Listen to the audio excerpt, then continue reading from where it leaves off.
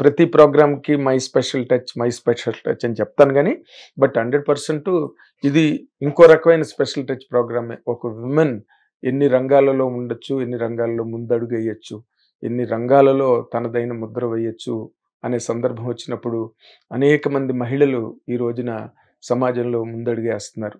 అలాంటి మహిళలలో ఒక సంచలనాత్మకమైన మహిళనే అంట. ఎందుకంటే తను ఆర్గనైజ్ చేసి హ్యాండిల్ చేసే ఫ్యాకల్టీస్ అన్నీ ఉన్నాయి కాబట్టి ఇప్పుడు మనతో పాటు స్టూడియోలో ఆవిడ అభిప్రాయాల్ని, అనుభవాల్ని పంచుకోవడానికి మనతో పాటు స్టూడియోకి వచ్చారు. ఆవిడే Gogineni Haritha. And I welcome her from all your side. Welcome అమ్మ. నమస్తే సార్. నమస్తే అమ్మ. నమస్తే. So nice. మీ ప్రోగ్రామ్స్, మీ తాలూకా కార్యక్రమాలు అండ్ మోర్ ఇంపార్టెంట్లీ ఆవిడ మధ్య ఫియర్ అనే ఒక సినిమా కూడా డైరెక్ట్ చేశారు. దాని మీద కొంచెం బాగానే హల్చల్ నడుస్తుంది సినిమా ఇండస్ట్రీలో. వాటి విశేషాలు కూడా తెలుసుకుందాం. మీ సినిమా గురించి అంటే I don't want to just limit you cinema. Cinema మీరు హ్యాండిల్ చేసే ప్రోగ్రామ్స్లో సినిమా కూడా ఒకటి. కాకపోతే ఇప్పుడు సినిమా రిలీజ్కో దేనికో దగ్గరగా ఉంది. అండ్ మీకు చాలా అవార్డులు వచ్చాయని విన్నాను సినిమాకి. ఏంటి ఆ సినిమా ఏంటి, అసలు దాని వ్యవహారం ఏంటి? యాక్చువల్గా నేను అవి గురించి ఇండస్ట్రీకి వచ్చాను సార్. తనకి డైరెక్షన్ ప్యాషన్ ఉండే, సరే అని చెప్పి ప్రొడక్షన్ హౌస్ స్టార్ట్ చేసినాం, దత్తాత్రేయ మీడియా అని, మన ఓను. అంటే మన పర్సన్ కి మనమే ప్రొడక్షన్ చేయకపోతే బయట వాళ్ళు ఎందుకు చేయాలి అన్న ఉద్దేశంతో వచ్చాం అనమాట. ఏదైనా గుడ్ ఆర్ బ్యాడ్ మనకే ఉండాలి, పోయినా ఉన్నా మన రూపాయి ఉండాలి. మళ్ళీ వేరే వాళ్ళది ఒకళ్ళు ఏదైనా అయినా కూడా మేము చాలా బాధపడతాం. కొంచెం నాకు ఎథికల్ ఫీలింగ్స్ ఎక్కువ. ఆ ఒక్క రీజన్ తో హార్డ్ అండ్ మనీయే, బట్ స్టిల్ ధైర్యం చేసి మన ప్రొడక్షన్ హౌస్ స్టార్ట్ చేసి ఫస్ట్ మూవీ లక్కీ లక్ష్మణ్ తీసినాం. ఆ ప్రాసెస్ లోనే అభి చెప్తే తెలిసింది నాలో కూడా ఒక డైరెక్టర్ ఉన్నారని. అంతకుముందు అసలు నాకు జీరో నాలెడ్జ్. సో తను చెప్పటం వల్ల నేను వర్క్ నేర్చుకొని తనకు అసిస్టెంట్ గా పనిచేసి 24 క్రాఫ్ట్స్ ఏంటి, దాంట్లో ఏ పని ఎలా ఉండాలనేది మొత్తం కూడా త్రూ అవుట్ ఎక్స్పీరియన్స్ అయ్యి, ఆ తర్వాత ఫియర్ అనే స్టోరీ, అంటే నా దగ్గర మల్టిపుల్ స్టోరీస్ ఉన్నాయి సార్. అందులో ఫియర్ అనే స్టోరీని నేను పిక్ చేసుకోవడం జరిగింది. ఒక రకంగా ఇది risky story. As a movie budget కానీ రిటర్న్స్ పరంగా risky, but as a maker గా నేను ప్రౌడ్ గా ఫీల్ అయ్యే ఛాన్స్ ఉన్న మూవీ స్టోరీ ఇదే అనమాట. రిటర్న్స్ ప్రాబ్లం అంటూ కూడా ప్రైడ్ ఫీల్ అవ్వగలరా?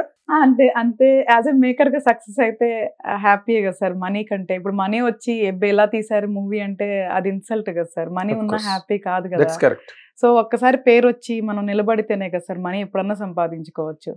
సో ఆ ఉద్దేశంతో నేను స్ట్రిక్ట్ గా నేను మేకర్ గా గుర్తింపు రావాలి అన్న చాలా తాపత్రయంతో స్క్రీన్ ప్లే బేస్డ్ మూవీగా దీన్ని నేను డిజైన్ చేశాను సార్. ఆ డిజైనింగ్ లో కంప్లీట్ అయ్యాక నాకు అనిపించింది, అరే ఇది అవార్డు విన్నింగ్ మూవీ లాగా అనిపిస్తుంది అని నా మనసుకు అనిపించి మన డిఓపి ఆండ్రూ సార్తో డిస్కస్ చేశాను. నాకు అసలు ఐడియా లేదు అవార్డ్స్ గురించి కూడా. అప్పుడు ఆయన అన్నారు 100% ఇది అప్లై చేయాలి హరిత, ఎందుకంటే it is different screen play అన్నారు. అప్పుడు మూవీ అయిపోయిన తర్వాత ఫస్ట్ కాపీ రెడీ అవ్వగానే నేను ఇంటర్నేషనల్ అవార్డ్స్కి అప్లై చేస్తున్నాను. సో ఒక 50 పైన అప్లై చేశాను సార్. 50లో 38 ఫిలిం విన్ అయింది, డైరెక్ట్ గా ఫిలిమే విన్ అయింది. సో అది కాకుండా వాళ్ళు మల్టిపుల్ కేటగిరీస్ కి ఇచ్చారు. ఎందుకంటే నేను చాలా లిమిటెడ్ బడ్జెట్ పెట్టుకున్నా, ఎందుకంటే ఎంట్రీ ఫీజు ఉంటాయి సార్ ప్రతి దానికి కూడా. నేను కొన్ని అప్లై చేశాక వాళ్ళే నాకు చాలా డిస్కౌంట్ కూపన్స్, కొంతమంది ఫ్రీ ఎంట్రీస్ కూడా ఇచ్చేసారు అప్లై చేయమని వాళ్ళే. సో అలా అప్లై చేశాను అనమాట. అప్లై చేసిన తర్వాత డైరెక్టర్ కేటగిరీకి కూడా 50%, మోర్ దెన్ 50% వచ్చాయి డైరెక్టర్ కేటగిరీకి. ఆల్మోస్ట్ అన్ని దాంట్లో డైరెక్టర్ కేటగిరీకి కూడా ఇచ్చారు వాళ్ళే.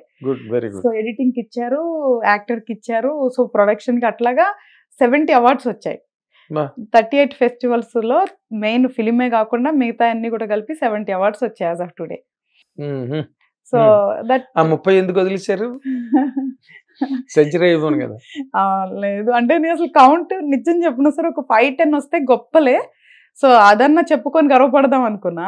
ఒక 5-10 అయిపోయిన తర్వాత ఒక నెంబర్ అట్లా ఇంక్రీజ్ అవుతుంటే అప్పుడు నేను నిజంగా ఫీల్ అయ్యాను sir. I made a good film అని నిజంగా అప్పుడు ఫీల్ అయ్యాను. కానీ అవార్డులు ఎక్కువ వస్తే దానిలో ఒక డేంజర్ ఉందమ్మా, ఆడియన్స్ కి దూరంగా ఉంటాయి సినిమాలు, అవార్డు సినిమాలు. యాక్చువల్ గా నేను అందుకే డే 1 నుంచి క్లారిటీ ఇస్తున్నాను సార్. ఇది డాక్యుమెంటరీ కాదు, యాక్చువల్ గా చెప్పాలంటే ఇది కమర్షియల్ ఫార్మాటే. ఓకే.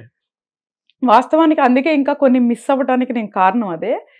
వీళ్ళు కూడా మన స్క్రీన్ ప్లే కాన్సెప్ట్ కి ఇచ్చారు. ఒరిజినల్ గా చెప్పాలి అంటే అవార్డు కేటగిరీస్ లో కమర్షియల్ గా ఎక్కువ ఉండకూడదు, బట్ మనది మ్యూజిక్ గానీ అవన్నీ కమర్షియల్ గానే ఉంటది. సో మ్యూజిక్ అసలు అనూప్ గారు కదా, సో చాలా బాగుంది. నేను మీ పాటలు కూడా విన్నాను, బాగున్నాయి. సో యాక్చువల్ గా మనం విన్ అవటానికి మేజర్ రీజన్ స్క్రీన్ ప్లే కాన్సెప్టే సార్, అంతే. సో ఆ క్వాలిటీ ఆఫ్ మూవీ వల్ల వచ్చింది తప్ప. సో అందుకనే నేను గర్వంగా చెప్పాలి అన్నా మనకి ఒక ఇబ్బందే, పోనీ చెప్పకుండా ఉన్నా మీరు ఒక్కళ్ళు గర్వపడడం కాదమ్మా, ఇది అసలు మీ womenfolk, world of women and more so film industry కూడా గర్వపడాల్సిన విషయం. ఒక ఉమెన్ ఫస్ట్ టైం డైరెక్ట్ చేసిన ఫిల్మ్ కి అవార్డులు రావడం, అదైతే నిజంగా చాలా హ్యాపీ అనిపించింది. ఆ తర్వాత సరే నలుగురికి పంచుకుందాము, తర్వాత వేరే వాళ్ళకి కూడా నాలెడ్జ్ ఉంటుందని చెప్పి నేను టీజర్ అప్పుడు ఒక వీడియో తయారు చేసి చేశానమాట. ఎందుకంటే కొంతమంది అవార్డ్స్ అంటేనే కొనుక్కున్నారా, డబ్బులుంటే నేను కొన్ని అవార్డులు ఇస్తాము, అట్లాగా వెటకారంగా మాట్లాడుతూ ఉంటారనమాట. సో ఓకే, నేను అసలు దానికి ఎప్పుడు నేను ఫీల్ అవును. 100 మందిలో 20 మంది తిడితే ఫీల్ అయ్యే మనిషిని అసలు నేను కానే కాదు.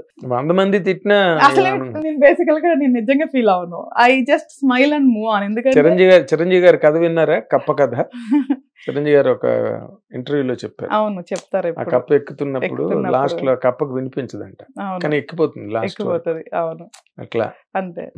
నేను ఎప్పుడు అనిపిస్తారు, ఎందుకంటే ఎన్నో చూసిన తర్వాత ఇక్కడ ఉన్నాం కాబట్టి ఇప్పుడు నాకు అట్లా పొగిడారని ఏదో మురిసిపోను, తిట్టారని బాధపడను సార్. ఎన్నో చూసామంటే ఎట్లాగమ్మా, అంటే you have come different segments, ఐటీలో ఉన్నారు. అవును, అంటే లైఫ్ చిన్నప్పుడే సార్, అంటే నాకు వచ్చిన తర్వాత నుంచి కష్టం అనేది ఫస్ట్ పరిచయం అయింది నాకు చైల్డ్హుడ్ లో. ఎలా అంటే ఉంటాయి కదా సార్, ఫ్యామిలీలో స్టార్ట్ అయింది. సో అట్లాగా అంటే ఎన్నో స్లీప్లెస్ నైట్స్ అనమాట చిన్నప్పటి నుంచి. అంటే నాకు తెలిసి 12 years, హార్డ్లీ 10 to 12 years అప్పటి నుంచే నేను కష్టం చూడటం మొదలుపెట్టా చిన్నప్పుడు. అంటే పుట్టింది మంచి ఫ్యామిలీయే, మంచి పీపులే, but when situation changes everything changes అంతే. అంటే అది చెప్తే నా ఫాదర్ వాళ్ళకి డిస్రెస్పెక్ట్ ఉంటుంది కాబట్టి నేను చెప్పలేను, but I had very bad past అనమాట. అంటే ఎవ్రీ నైట్ మన హిందువులో ఉన్న దేవుళ్ళందరినీ పూజించుకుంటూ ఉండేదాన్ని నైట్ టైము. సో అట్లాగా నేను శివుడికి శివుడు ఒక్కడు పలికాడు సార్. నేను చిన్నప్పుడే, నేను 17 ఏళ్ళప్పుడు నాకు తెలిసినంత వరకు శివుడు పలికాడు. నేను ఎందుకంటే ఆయన దగ్గరికి వెళ్ళి నిలదీసిన అప్పుడు, నీ ఆజ్ఞలేంది ఏమీ అవదంటారు కదా, సరే నువ్వే పుట్టించావంటారు కదా, సో నాకు ఇంకా తండ్రి నువ్వే అవ్వాలి, ఇంకా you are the my father, నువ్వే నా రెస్పాన్సిబిలిటీ తీసుకో ఈ రోజు నుంచి అని చెప్పి ఆయనకు అప్పచెప్పేసిన నా లైఫ్. సో ఆ రోజు నుంచి నేను చూసా నన్ను ఆయన, నా చేంజ్ ఓవరు, నన్ను ఒక్కదాన్ని. అంటే 17 ఏళ్ళప్పటి నుంచి ఒక అమ్మాయి సెక్యూర్డ్గా ఈ సమాజంలో ఒంటరి ప్రయాణం అంటే చిన్న విషయం కాదు. సో నేను అంటే ఆ పేరు శివయ్య ఉండొచ్చు, ఐ డోంట్ నో, ఎవరైనా కావచ్చు, నేచర్. నేను పెట్టుకున్న పేరు శివయ్య. సో నేను చూసా ఆయన దగ్గరికి వెళ్ళి, నూజివీడులో బస్ స్టాప్ దగ్గర ఒక టెంపుల్ ఉంటుంది శివుడిది, వెరీ ఓల్డ్ టెంపుల్. అక్కడికి వెళ్ళి నేను ఆయన నిలదీసిన రోజున నేను విన్నాను, ఓకే నేనున్నాను అని ఆయన నాకు చూపించాడు. సో అప్పటి నుంచి ఇప్పటి వరకు ఇంకా కష్టమైనా నష్టమైనా ఏదైనా ఇంకా నాకు ఆయన ఇంకా అంతే.